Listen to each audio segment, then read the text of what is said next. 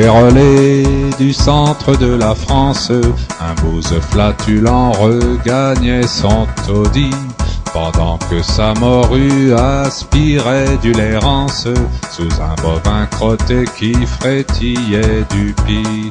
Près d'un âtre moisi qui grouillait de vermine, le Péquenot posa ses miches de cagnard sur un gros tronc pourri qui refoulait l'urine, puis ôta le sabot collant à son panard.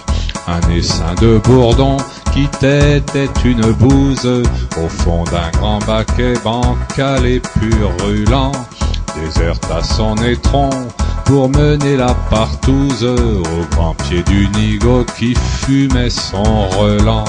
Mugissant comme un bœuf, gerbant sa chique molle sur la pelote noire et lourde d'apidée, le paysan gagna traînant sa patte folle le giron de sa grosse au mamelon ridé. Saisissant le minus, la costaud de Rombière l'emporta prestement vers la fosse à Purin, puis plongea tout entier dans l'infecte tourbière sa moitié d'abruti qui beuglait purpurin.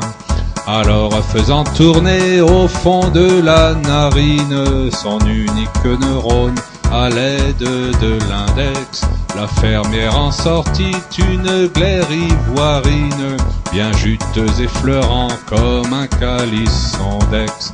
Mais le temps de plonger la jaune friandise dans l'abîme géant de son profond gosier, la matrone appliquée à cette gourmandise en oublia son mec qui pétait du lisier.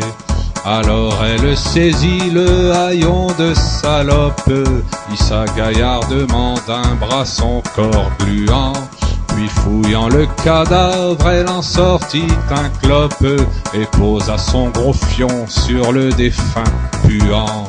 Après avoir jeté dans la bouche fétide du gueux qui commençait à suinter de poison son mégot consumé d'un doigt jaune et livide, la mégère gagna paisible sa maison.